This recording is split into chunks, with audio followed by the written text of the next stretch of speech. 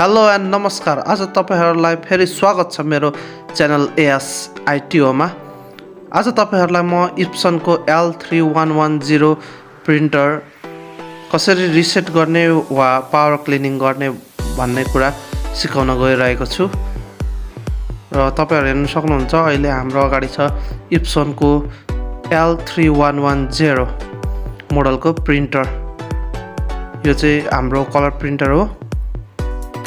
अब हामी हाम्रो कम्प्युटरको स्क्रिनतिर लागौं र प्रिन्टरको आइकनमा राइट क्लिक गरेर हामी प्रिन्टिङ प्रिफरेन्समा क्लिक गर्नेछौं र हामीले प्रिन्टिङ प्रिफरेन्समा क्लिक गरिसकेपछि हाम्रो यस्तो बक्स खुल्नेछ र जहाँ चाहिँ मेन मोर अप्सन र एउटा मेन्टेनेन्स पनि हुन्छ र यहाँ मेन्टेनेन्समा गएर चाहिँ हाम्रो यहाँ पावर क्लिनिङ अप्सन हुन्छ।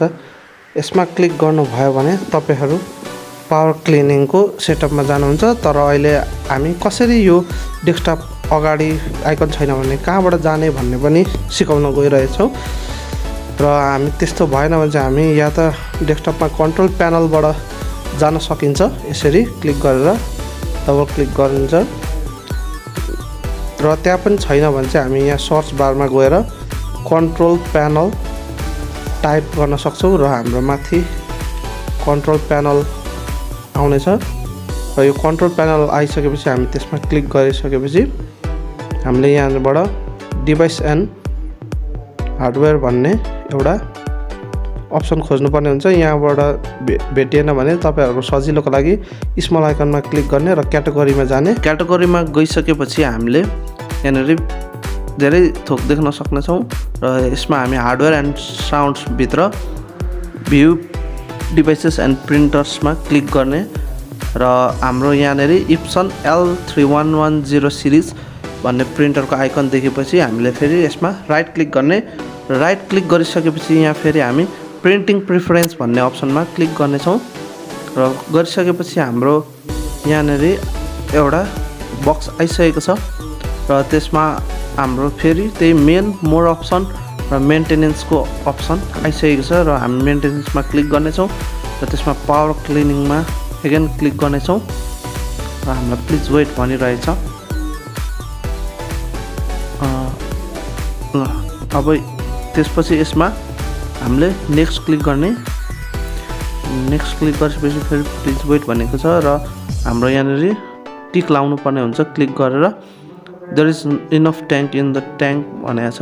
त्यसमा हामीले क्लिक गरेर टिक लाउने र अर्को पनि हामीले क्लिक गर्नेछौं। 12 घण्टापछि चाहिँ तपाईहरुले यो फेरि गर्न सक्नुहुनेछ।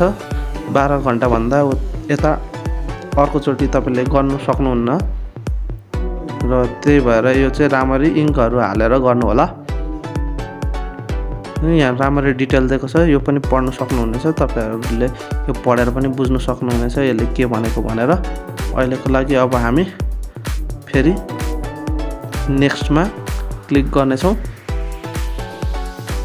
र फेरि हामीलाई प्लिज वेट भनिसकेको छ र अब click start to begin power cleaning भनिरहेको छ र अब हामी स्टार्टमा क्लिक गर्नेछौं र स्टार्टमा क्लिक गरिसकेपछि हाम्रो पावर क्लिनिङ प्रोसेस सुरु भइसकेको छ र हाम्रो लोडिङ पनि भइरहेको छ। यति हुँदाखेरि तपाईहरुलाई यो भिडियो कस्तो लाग्छ, मैले अरु कस्तो भिडियो बनाउनु पर्छ भन्ने लाग्छ तपाईहरुलाई, सबै कमेन्टमा कमेन्ट गर्नु होला।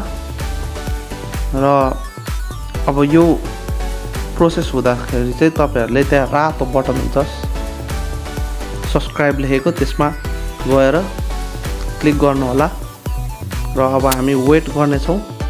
हाम्रो 50% जति चाहिँ भइसकेको छ। तपाईहरुले वेट गर्नु होला र 100% भइसकेको छ। पावर क्लिनिङ इज कम्प्लिट भनिसकेको अवस्था छ र हामी यहाँ फिनिश गरिसकेपछि चाहिँ हाम्रो प्रिन्टर अब ओके गरेपछि हाम्रो प्रोसेस सकिनेछ र तपाईहरुको प्रिन्टर अब प्रिन्ट गर्नको लागि रेडी भइसकेको छ।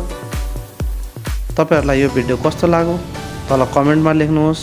यदि तपाईहरुलाई उपयोगी भयो भने या भएन भने पनि कमेन्ट गर्नु नभुल्नु होला र अर्को भिडियोमा हामी अर्को भिडियो ल्याउने छौं। हामी जहिले रहनेछौँ। केही समस्या पर्यो भने कमेन्ट गर्नुहोला। धन्यवाद।